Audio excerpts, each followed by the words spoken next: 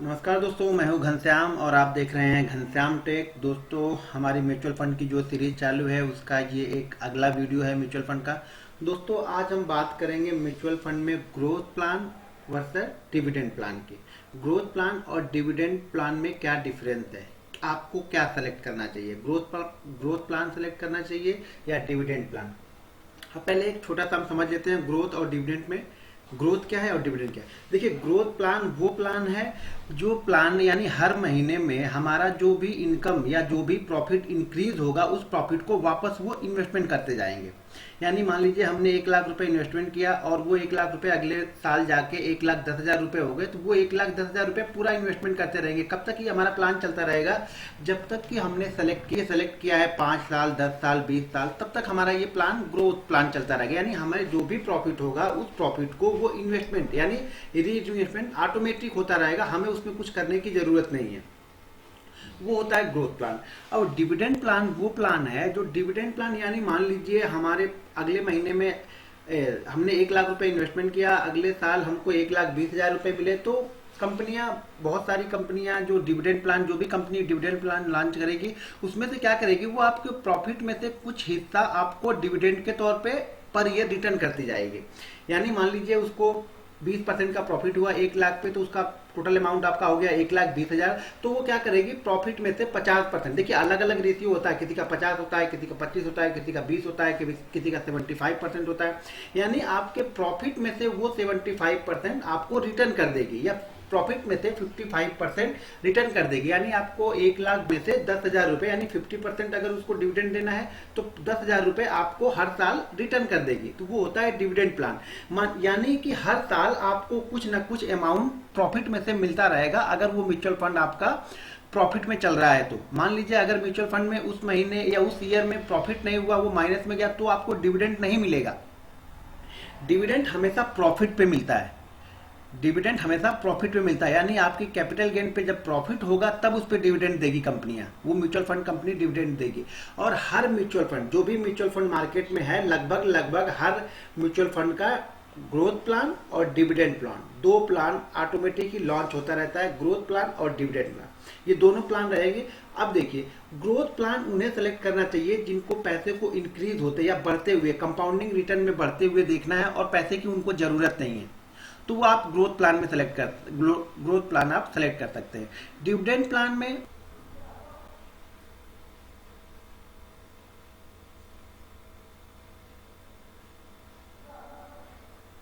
कुछ amount return चाहिए होता है, वो डिविडेंड प्लान में इन्वेस्टमेंट करते हैं। अपनी अपनी जरूरत के हिसाब से आपको ग्रोथ प्लान या डिविडेंड प्लान सेलेक्ट करना है। चलिए मैं दोनों में से एक डिफरेंस आपको दिखाता हूं, उसके डिफरेंस आपको बताता हूं कि होता क्या है।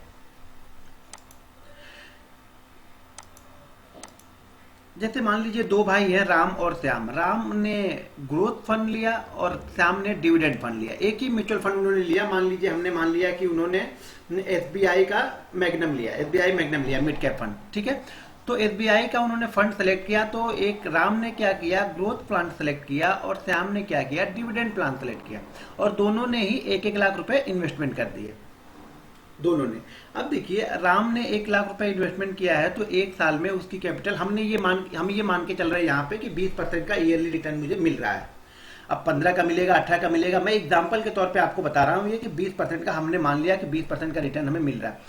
तो हमें क्या किया, हमारा जो राम का जो कैपिटल हो गया 1 लाख, वो 1,20,000 रुपए हो चुका है। उसी तरह श्याम का भी कैपिटल 1,20,000 हुआ, क्योंकि पहले तो दोनों ने सेम अमाउंट इन्वेस्टमेंट किया है। प्लान ग्रोथ हो या डिविडेंड हो, सेम एनएवी रहेगी, सेम वैल्यू रहेगी और सेम वो बढ़ेंगे भी। अगर 20% डिविडेंड प्लान बढ़ा है तो 20% ग्रोथ प्लान भी 20% ही बढ़ेगा, क्योंकि दोनों में इक्विटी सेम होती है, सेम बैलेंस होता है, सेम फंड होते हैं, सेम स्टॉक्स होते हैं, सेम सब कुछ सेम होगा। बस फर्क इतना होगा कि एक डिविडेंड होगा और एक ग्रोथ होगा।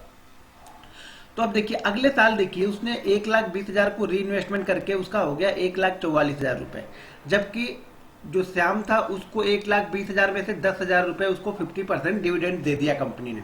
तो जो उसकी कैपिटल बची वो बची 1,10,000, जबकि यहाँ पे राम की पूरी कैपिटल इन्वेस्टमेंट हो रही है। तो उसकी कैपिटल सेकेंड ईयर में हो गई 144, 1,44,000 रुपए, जबकि श्याम की कैपिटल जो हुई वो 1,32,000 रुपए हुई। अब उसको 32,000 का वापस कंपनी में 32,000 में से उसको 50% का डिविडेंड दे दिया, तो अब उसके पास फिर से कैपिटल जो बची वो 1,16,000 बची, जबकि श्याम के पास जो कि कैपिटल देखिए कैपिटल इंक्रीज होती जा रही है, वो 144 पूरा इन्वेस्टमेंट हो रहा है उसका। तो इस तरह से चल के उसको देखिए ये 6 साल में, ये देखिए 6 साल में क्या किया, 6 साल में जो उसकी कैपिटल हो गई वो हो गई है 2,96,640 रुपए हो चुकी है 6 लाख में कैपिटल बढ़ के। अब श्याम की जो कैपिटल है वो तो अभी जो इन्वेस्टमेंट जो उसको ग्रोथ फंड मिलने ग्रोथ डिविडेंड मिलने के बाद जो बची हुई है वो 147,625 यानी 1,47,624 रुपए बची है, लेकिन उसको यहाँ पे 90,200 यानी 90,200 रुपए का उसको डिविडेंड मिला हुआ है। उसकी कैपिटल यहाँ पे जो कैपिटल अभी जो कैपिटल उसके पास है जो वो है 1,47,624, लेकिन 90,200 रुपए उसको डिविडेंड मिला हुआ है। तो ये दोनों प्लस करके जो उसके पास जो अमाउंट आया वो हुआ 2,37,844 रुपए। लेकिन वहीं पे श्याम के पास में देखिए उसके पास जो जो उसने विड्रॉ किया लास्ट में 6 साल में विड्रॉ किया तो उसके पास आया 2,96,640 रुपए, यानी श्याम से 48,796 रुपीज एक्स्ट्रा आया उसके पास। यानी जो राम की जो वैल्यू 7 साल में दोनों ने सेम फंड लिया, बस फर्क था एक ने ग्रोथ लिया था एक ने डिविडेंड लिया था। जो डिविडेंड लिया उसको हर साल कुछ ना कुछ पैसा डिविडेंड के रूप में मिलता तो रहा, यानी उसकी एक अर्निंग्स होती रही हर साल। यहाँ पे उसके पास अर्निंग नहीं हुई लेकिन वही पैसा उसका री इन्वेस्टमेंट होता रहा। तो कैपिटल कंपाउंडिंग यानी पावर ऑफ कंपाउंडिंग का उसको बेनिफिट मिला, पावर ऑफ कंपाउंडिंग का, क्योंकि उसको पूरे पैसे पे 20% का प्रॉफिट हो रहा है, यानी उसके पूरे पैसे पे 20% का प्रॉफिट हो रहा है। यहाँ पे उसके पूरे पैसे पे नहीं हो रहा है, जबकि पूरे पैसे में से उसका कुछ अमाउंट निकल चुका है प्रॉफिट का। 50% निकलने के बाद जो अमाउंट बचा उस पर इंक्रीजमेंट हो रही है उसकी कैपिटल की ग्रोथ बचे हुए अमाउंट पे हो रही। तो उसकी जो टोटल उसने जो टोटल इस पे प्रॉफिट किया सेम फंड में, सिर्फ डिविडेंड प्लान में उसने प्रॉफिट किया 2,37,844 का। राम ने ग्रोथ फंड लिया तो उसका प्रॉफिट हुआ 2,96,640 का। अब देखिए एक बात और देखिए, ये आपको डिविडेंड तो मिला लेकिन ये डिविडेंड जो आपको 90,200 रुपए मिले वो आपको इतना बड़ा अमाउंट नहीं है 10,000, तो ये आपके फालतू खर्चों में इधर उधर करके ये खर्च हो गए, यानी किसी काम, ये जो डिविडेंड है ये किसी काम में आपके नहीं है। जबकि यहाँ पे देखिए उसका 2,96,000 एक बड़ा अमाउंट उसके हाथ में आ रहा है लास्ट में, जबकि श्याम के पास में 1,47,000 रुपए का हाथ में आ रहा, जो टोटल उसके पास जो वैल्यू बन के हो रही है वो 1,43,000 रुपए उसको हाथ में मिल रहा है, जबकि राम को यहाँ पे 2,96,000 रुपए मिल रहा है। तो ये 90,000 रुपए उसको डिविडेंड तो मिला हर मंथ में, हर ईयर उसको डिविडेंड जरूर मिला, लेकिन वो डिविडेंड का सही इस्तेमाल नहीं हो पाया। वो दरअसल इतना बड़ा अमाउंट नहीं है कि आप इसको कुछ यूज कर सके, 10,000 12,000 15,000 अमाउंट आपको ऐसे ही फालतू खर्च में ये निकल गई है। तो हमको ज्यादातर आपको अगर लॉन्ग टर्म के लिए सोचना है और आपकी एज अभी 30-35 है तो आप ग्रोथ प्लान ले। डिविडेंड प्लान उनके लिए होता है जिसके लिए मान लीजिए जिसकी एज 55-60 हो गई और उसको हर साल कुछ ना कुछ इनकम मिलती रहे तो ठीक है, उसका काम धाम चलता रहेगा, खर्च चलता रहेगा, रिटायरमेंट प्लान के जैसा उसका चलता रहेगा। लेकिन आप अगर लॉन्ग टर्म के लिए जा रहे हैं, आपकी एज अभी कम है, तो आप हमेशा ग्रोथ प्लान लीजिए। दूसरी बात, जो आपको डिविडेंड मिलेगा ये टैक्सेबल नहीं है, यानी डिविडेंड आपको फ्री है, इस पर टैक्स नहीं लगता है और इस पर भी टैक्स नहीं लगेगा। टैक्स कब लगेगा? जब पूरी कैपिटल को आप 1 साल के अंदर, यानी आपने 1,00,000 रुपए इन्वेस्टमेंट तो किया लेकिन आपको 11वें महीने में इसको विड्रॉ कर लिया तो आपको 1% का एग्जिट लोड लगेगा, टैक्स नहीं लगेगा, एग्जिट लोड लगेगा। लेकिन अब ये पूरे कैपिटल पे आपको कोई टैक्स नहीं देना है, यहाँ पे आपको कोई टैक्स नहीं देना है पूरे कैपिटल को।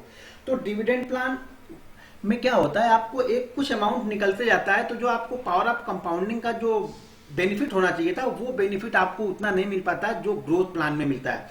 तो कभी भी ग्रोथ प्लान को सेलेक्ट कीजिए, या आपकी जरूरत अगर डिविडेंड की, आपकी एज 55-60 के ऊपर है तो आप डिविडेंड प्लान सेलेक्ट कीजिए। आपकी एज अगर 30-35-24 है तो आप ग्रोथ प्लान को सेलेक्ट कीजिए। पावर ऑफ कंपाउंडिंग का मजा तब आएगा। अभी तो ये सिर्फ 7 साल में आपको दिख रहा है, ये 6 साल में 58,000। अगर यही अमाउंट लगभग 20 साल तक आप लेके जाएंगे तो बहुत बड़ा डिफरेंस पैदा कर देगा। लगभग मेरे ख्याल से 40 से 50 लाख का डिफरेंस पैदा कर देगा ये अमाउंट। तो आप ग्रोथ प्लान को सेलेक्ट कीजिए और सेफ खेलिए, लॉन्ग टर्म के लिए म्यूचुअल फंड को कभी भी आप लॉन्ग टर्म के लिए इन्वेस्टमेंट कीजिए।